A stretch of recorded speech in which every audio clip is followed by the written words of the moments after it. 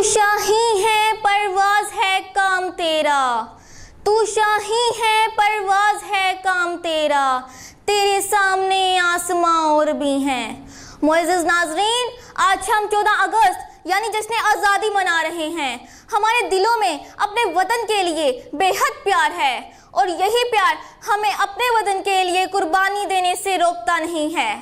صرف پاکستان ہی اپنی کوششوں کے بلبوتے پر آزاد نہیں ہوا، بلکہ بہت سے ملک اپنے حق کے لیے لڑے ہیں، مگر پاکستان وہ ملک ہے جس کی آزادی اور جس کا وجود تاریخ میں ایک علیحدہ مقام رکھتا ہے۔ میں نہ پہنوں گی ریشمی ملبوس چاہے جس رنگ کا بھی ہو کوئی، میں نہ پہنوں گی ریشمی ملبوس چاہے جس رنگ کا بھی ہو کوئی، میرے پیارے وطن کا تحفہ ہے صاف و شفاف ان کی لوئی۔ معزز سامعین، ہمارا پاکستان یہ وہ ملک ہے جہاں کے بچے، بوڑھے اور جوان اس وطن کے لیے اپنی جانیں قربان کرتے آئے ہیں۔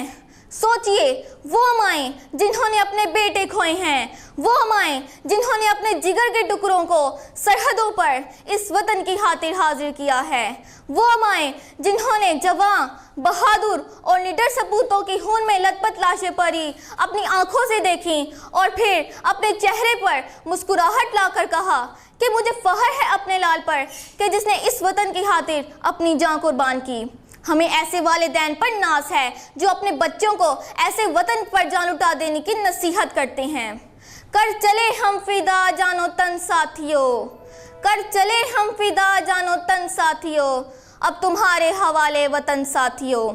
معزز ناظرین، صرف پاک فوج ہی پاکستان کے لیے اپنی جان قربان نہیں کرتی، بلکہ پاکستان کے تمام لوگ اس وطن کی سربلندی کے لیے اپنی جانیں ہتھیلی پر رکھتے ہیں۔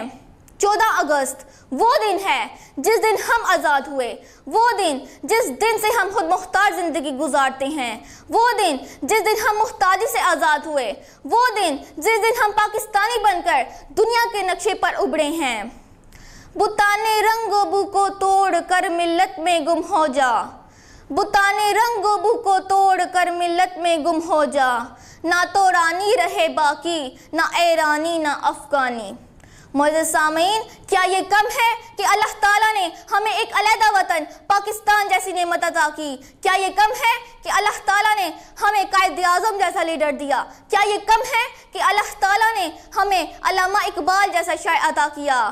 ہمیں ان نعمتوں پر اللہ تعالیٰ کا شکر ادا کرنا چاہیے کہ جس نے علامہ اقبال کو خواب کی شکل میں مسلمانوں کو خواب غفلت سے نکالنے کا اشارہ دیا، کہ جس نے قائد اعظم کو اتنی ہمت اور حوصلہ عطا فرمائی کہ آج ان کی بنا پر ہم آزاد ہیں، کہ جن کی دن رات کوششوں کی بنا پر پاکستان 14 اگست 1947 کو وجود میں آیا۔ ایک ہوں مسلم حرم کی پاسبانی کے لیے، ایک ہوں مسلم حرم کی پاسبانی کے لیے، نیل کے ساحل سے لے کر تا بھاکے کا شگر۔ 14 اگست 1947 کا دن دو طرفہ دن ہے، ایک طرف آزادی کی خوشی اور دوسری طرف اپنے بھائیوں، اپنے بیٹوں اور اپنے بھتیجوں سے جدائی کا غم۔ کیا پاکستان چند دستخط کروانے سے آزاد ہو گیا؟ نہیں، بلکہ اس قوم کا بچہ بچہ جانتا ہے کہ پاکستان میں کتنی ماؤں نے اپنے لال کھوئے، کتنے لوگوں نے اپنا سہارا اور بڑھاپے میں بننے والے بازو کھوئے۔ میری زمین میرا آخری حوالہ ہے، میری زمین میرا آخری حوالہ ہے، میں رہوں نہ رہوں اس کو بار بار کر دے۔